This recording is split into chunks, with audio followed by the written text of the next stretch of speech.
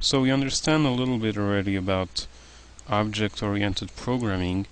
One of the main things about object-oriented programming is the possibility to group together different variables and different functions which logically belong with each other because they reflect some sort of real object that we know of in the real world. And all that we really have to do is try to put all the stuff, all the information that we know of the object in the real world, we have to just fit that all into either variables or functions.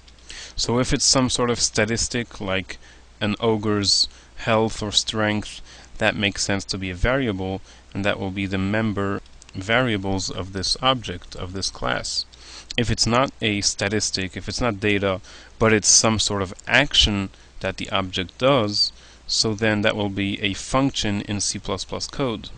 It's a whole entire subject for itself to really learn how to correctly solve programming issues by figuring out how to correctly transform real-world stuff into C++ code, to think about it in the right way and to make the classes and variables in the right way. But we'll learn little bits about this stuff as we go on in these videos. The important thing to know is that designing your program and creating your classes and different variables is a very fundamental and important part of making your program. It's not just sitting down by your computer, by your compiler, and starting to type up all the code.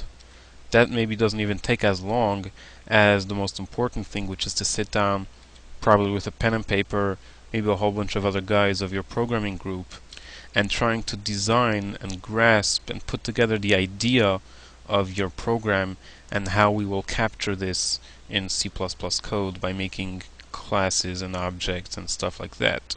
Many times if you just sit down by the computer and start typing up all the code just like that, you're going to end up, that could lead to trying again and again and again and deleting and starting to code it again and make it like this and make it like that, because we don't have the idea clear in our heads exactly what is it we're dealing with, what is the problem of our program that we are trying to solve.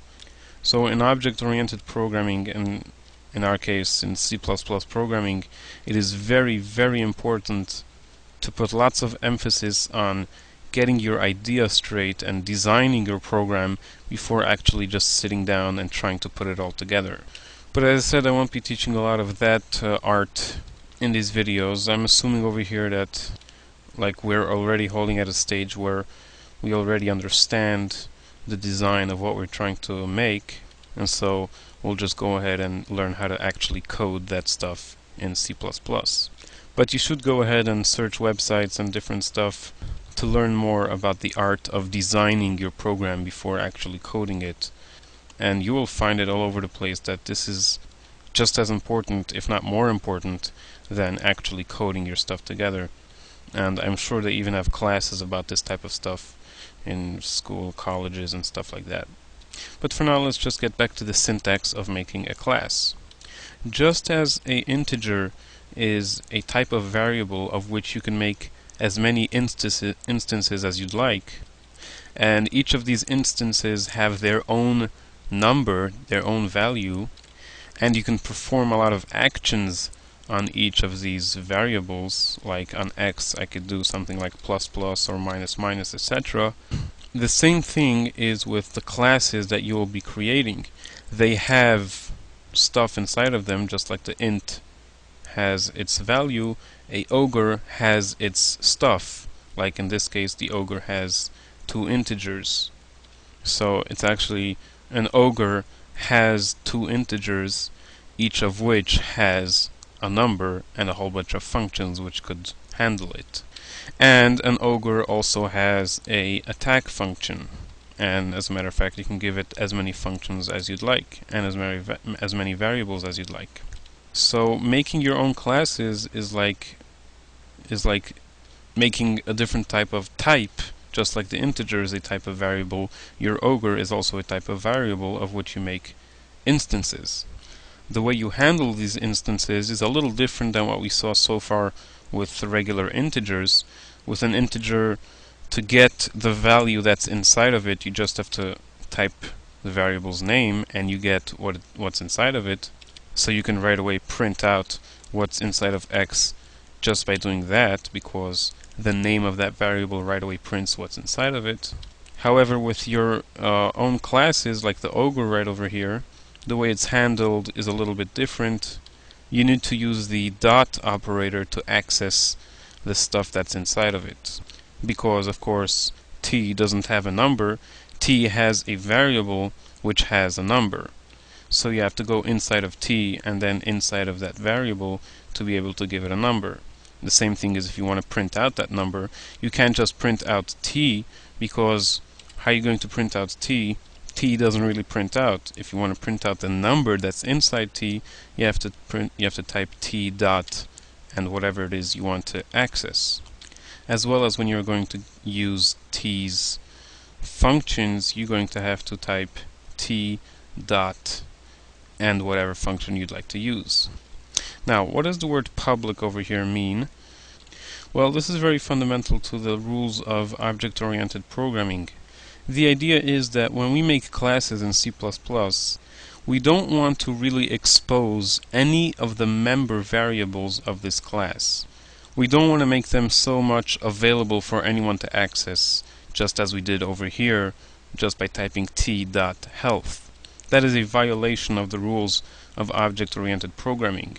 In object-oriented programming, we don't want everyone to know all the details of the inside of the classes that we are creating. In other words, whoever is going to use this class that you are creating, whether it's yourself or some other programmer who's going to copy your class, we don't want these programmers to actually worry about the details of how many integers exactly is in this class and how do they work and stuff like that. The elegance of object-oriented programming is that all of the member variables are all hidden away and you cannot possibly access them directly.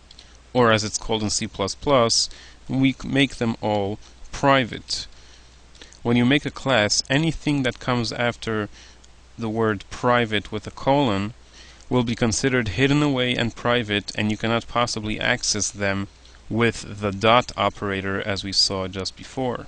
If you try to compile this right now, you will get compiler errors because we are trying to access a variable and a function over here which is private, and we cannot do that. That stuff is hidden away because of the rules of object-oriented programming. So how do we actually use a class in a useful way? Well, the idea is that when you make your class, you should create functions which will handle all the details of how this class works and what it does. And the functions will be the only real ticket into the actual functionality of this class, whatever class it may be.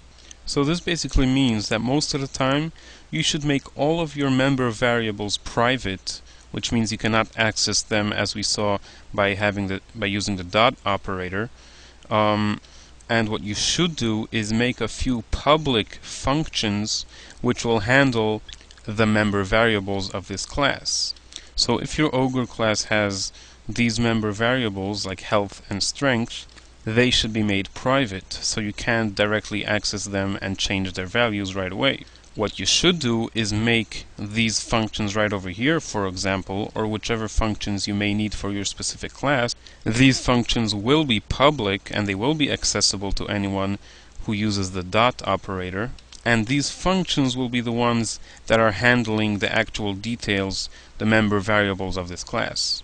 Like this function over here, increase health, will actually increase the health variable by 1.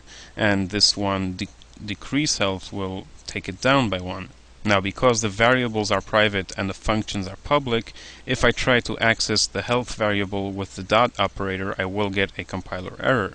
But if I try using any functions of this class, because they are all public, then I can actually call these functions. So again, making something private, like a variable or a function, means that you won't be able to call that function or use that variable just by using the dot operator. Making a function or variable public means that anyone could access it. Any programmer who's making an instance of this class can access it with the dot operator.